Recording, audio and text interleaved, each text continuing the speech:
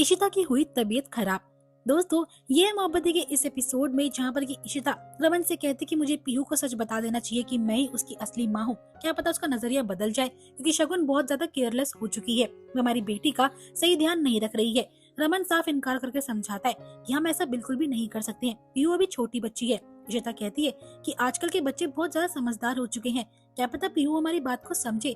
मैं इस तरह की परवरिश पीहू की नहीं चाहती हूँ। लेकिन रमन साफ इनकार करता और बोलता है कि ये मैटर मैं अपने हिसाब से हैंडल कर लूंगा, लेकिन मैं नहीं चाहता कि मेरी बेटी को कोई तकलीफ हो। इशिता बार बार बड़बड़ाती है, क्या मेरी बेटी इसी माहौल में रहेगी, उसकी परवरिश पर क्या असर पड़ेगा, और उसकी तबीयत बिगड़ने लगती है। दूसरा शगुन जो होती है वह पीहू से अपनी गलती के लिए माफी मांगती है कि वह उसे बीच रास्ते पे छोड़कर ऐसे चली गई थी। पीहू बोलती कि मम्मा मैं बहुत डर गई थी, मैंने आपको कॉल भी ट्राई करा लेकिन आपने पिक नहीं करा।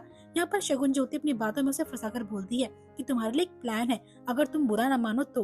पीहू को वो काफी सारे पैसे देती है और कहती है तुम्हारे पैसे हैं, इन्हीं से हम शॉपिंग करेंगे। ये सब चीजें आले की पार्टी देखती है, उसे काफी गुस्सा हो रहा होता है। लेकिन पीहू तो यहाँ पर काफी एक्साइटेड होती है कि उसके पिगी बैंक में पूरे 5,000 रुपए आ चुके हैं। अब जैसी शगुन रूम से बाहर आती है तो मणि की मम्मी जो होती है वह शगुन को समझाती है कि पीहू तुम्हारी बेटी है, तुम उसे इस तरीके से बिगाड़ नहीं सकती हो।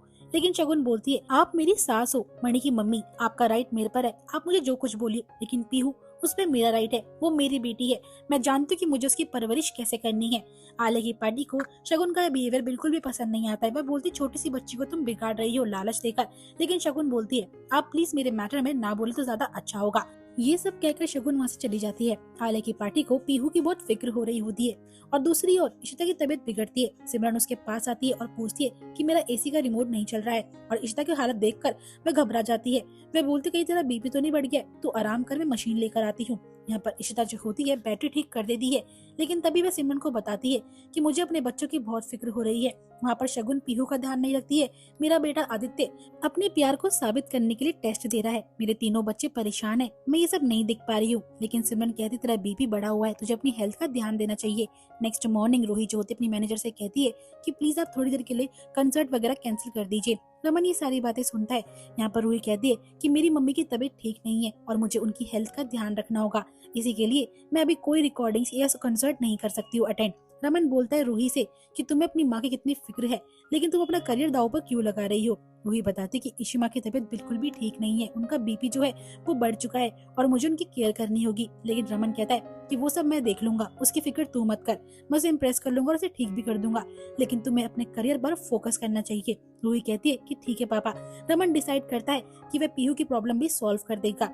दोस्तों, दूसरी ओर जब ब्रेकफास्ट कर रहे होते हैं सभी लोग तो मणि के गले में कुछ अटक जाता है, उसकी हालत खराब हो जाती है। सभी लोग कोशिश करते हैं उसके गले से जो अटका होता है वो निकालने की, लेकिन तभी सही वक्त पर वहाँ पर आदित्य आता है। शगुन भी कहती कि मैं डॉक्टर को बुलाती हूँ, और लेकिन मणि की हालत बहुत ज्यादा खराब होती है। लेकिन बाल बाल यहाँ पर आदित्य जो होता है वो मणि की जान को बचा लेता है। तो यहाँ पर आले की पार्टी कहती है कि मैंने कहा था आदित्य एक अच्छा लड़का है, अगर आज वो नहीं होता तो न जाने तुम्हें क्या ही हो जाता।